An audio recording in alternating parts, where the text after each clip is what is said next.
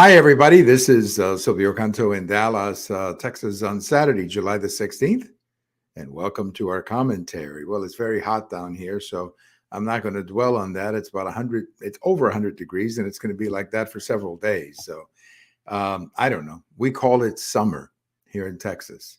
And, for all the time I've lived here in Texas, we've had summers like this before. 2011 comes to my mind. 1988, I remember we had a horrible streak. And of course, of all still goes back to 1980, where they had something like 35 consecutive days with temperatures of 100 degrees. We're nowhere near that. Probably won't get that. But man, it can get hot down here. It can get very hot in Texas. Everybody knows it. Everybody knows it. It's just you just get used to it. You turn on the air and you sit by the shade. You go in the swimming pool and life goes on. Life goes on here in the wonderful state of Texas. Well, today we're going to talk about a couple of stories here in the last couple of days, and I'm going to close with Joe DiMaggio, who did something pretty amazing 81 years ago today. Let me begin with LeBron James. Am I the only person who thinks LeBron James should stick to the NBA and play in basketball? LeBron James has a knack for just saying the wrong thing at the wrong time. And I think I'm going to sympathize a little bit with LeBron, cut him a little slack. He's obviously a very well-known player. Everywhere he goes, he has microphones around him. So sometimes I think he probably doesn't think what he says.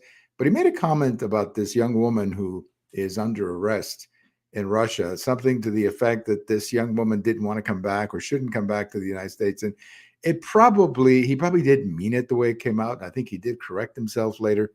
But I believe the lesson here, the moral of the story, as they like to say, is that LeBron James is an excellent basketball player, maybe one of the top 5 basketball players of all time, maybe the top 3. I don't know.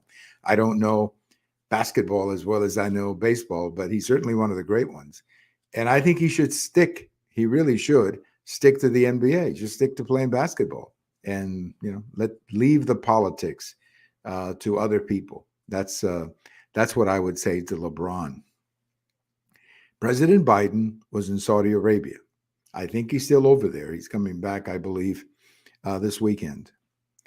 And when he was over there, he met with the leadership of Saudi Arabia. And, there was the controversy about that journalist who was killed a few years ago. And there's a lot of controversy about the fact that he didn't shake hands, but he did this, whatever they call this.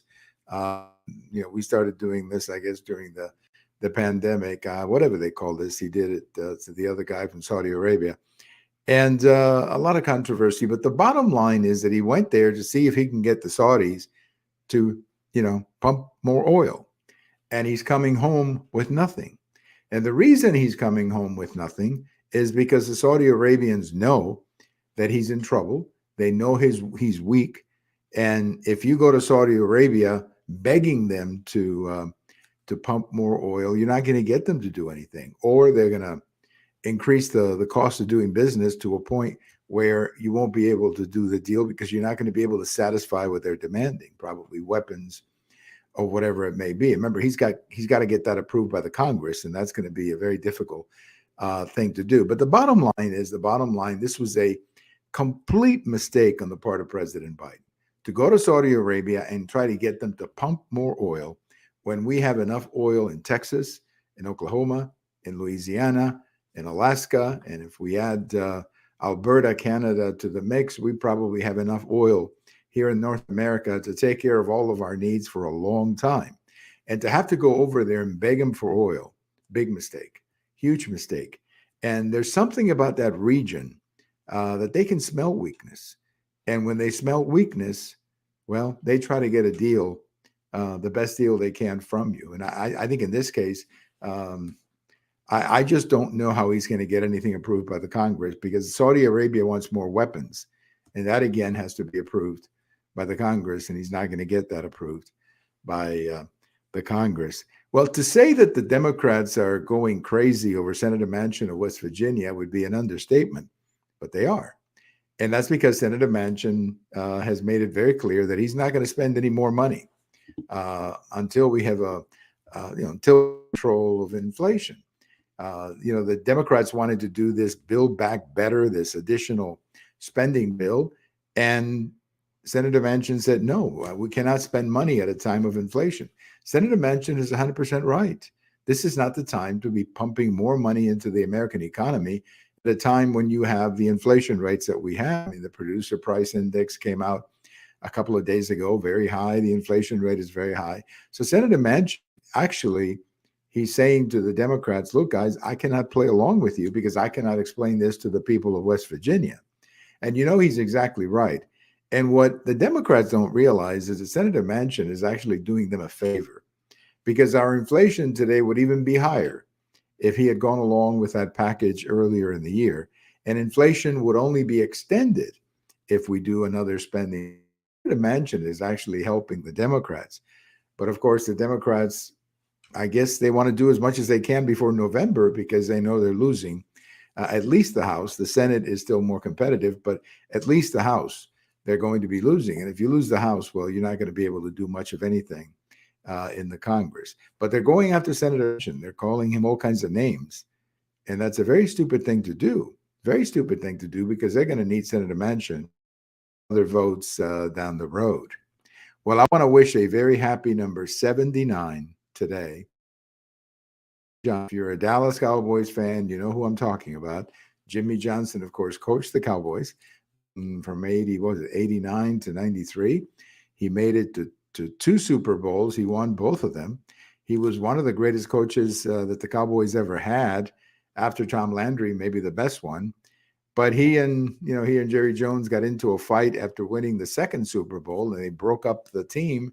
And as it turned out, the Cowboys did go back to the Super Bowl one more time, but they've never been the same team since that particular time period. I mean, they've gone nearly 30 years without getting into postseason or going deep into the postseason. I cannot remember the last time that the Cowboys got into the NFL championship game or the NFC championship. In several playoffs, but they've never gone very deep, to say the least, in the NFL postseason. But they would have done so with Jimmy Johnson. I think that if Jimmy Johnson had stuck around, they would have won probably not just one more, but probably a couple of more, because he did have the ability of leading and coaching players. There's no question about it. He was a great leader. And I think it was a huge mistake for Jimmy Johnson and Jerry Jones, who apparently were great friends in college. And it was Jerry Jones who brought Jimmy Johnson here. They got into it, and I think they finally did make up, but it was too late to do anything about those great Cowboy teams of the early 1990s. Well, let's talk a little bit. So happy number 79 to Jimmy Johnson. I would always get the two of them confused, Jimmy Johnson and Jerry Jones. Happy number 79 to Jimmy Johnson. Well, let's talk a little bit about the big story this weekend on this day in history, and that's Joe DiMaggio. It was 81 years ago, July 16th, 17th, that Joe DiMaggio was a part of perhaps the greatest of all baseball records. You can certainly argue no hitters by Noel Ryan was an amazing record, or Ty Cobb and Ted Williams. They all had great records. Obviously, Willie Mays, some of the other great players. But what Joe DiMaggio did in 1941, he began on May 15th, and he had 56 consecutive games where he had at least one hit. And that streak of 56 consecutive games was continued. In fact, it was on July the 16th that he made it to number 56. And that was at Cleveland, where he had 2 hits. So he had 56. He was way ahead of the next one. The next one is 44. No one has ever come close to Joe DiMaggio ever since. And then that takes us to July 17th, which would be Sunday in 2022. But on July 17th, the Yankees were playing the Indians in Cleveland, because everybody in the whole country was caught up with Joe DiMaggio. I mean, you have to remember, this is before television. This is before, back then, fans used to get the news by newspaper, which means they would get the story the next day. You pick up the newspaper the next day and you read about Joe DiMaggio. That honestly used to happen. The whole country was caught up in Joe DiMaggio's 56-game streak. So it ended on July 17th, which would be Sunday of this year. He went to Cleveland. He actually hit the ball very hard 4 different times, but twice the third baseman for the Cleveland Indians just made great plays and probably took away 2 hits from Joe DiMaggio that night. So the streak ended. Everything was over on June 17th. But what Joe DiMaggio did over 56 games is just absolutely unbelievable. It's hard to think that any human being in any sport could be that consistent, and especially in baseball, where hitting every day and you're playing every day and you're facing different pitchers. It's kind of hard to believe that anybody could actually do it 56 games in a row. Well, as I said, number 2 on that list is Pete Rose, and he did it. He got to 44 in 1978.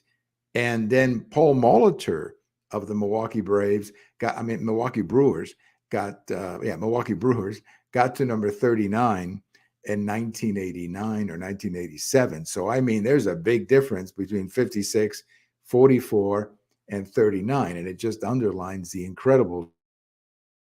I've always admired this streak. And every year when the anniversary of the streak comes up, I get excited about it and I read more and more about it.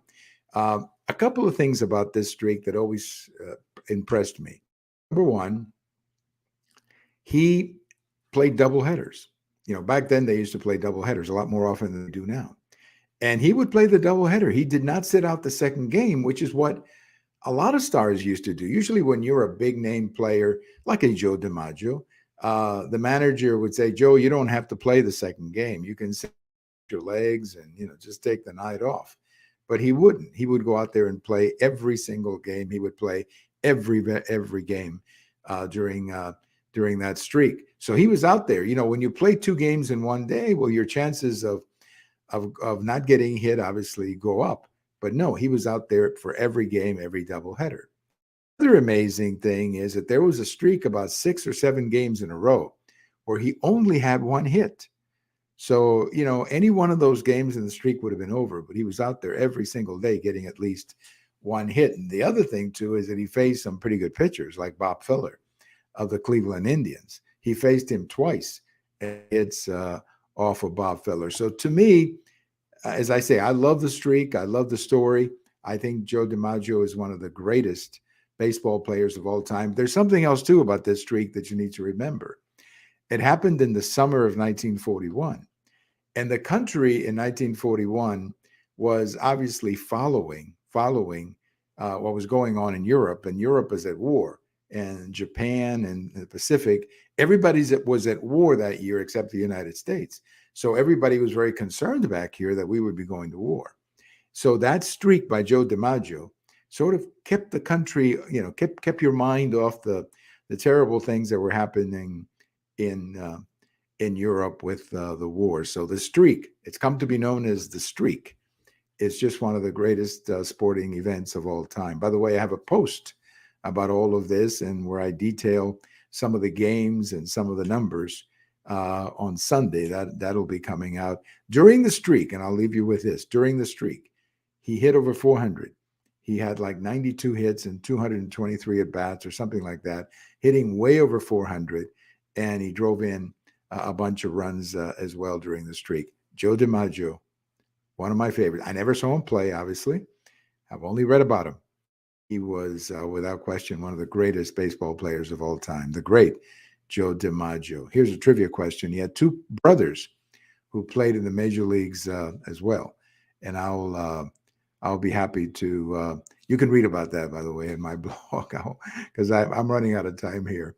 Thank you so much for listening, and enjoy your weekend. And if you get a chance, check out my blog about Joe DiMaggio. I think you're going to like it a lot. Bye-bye.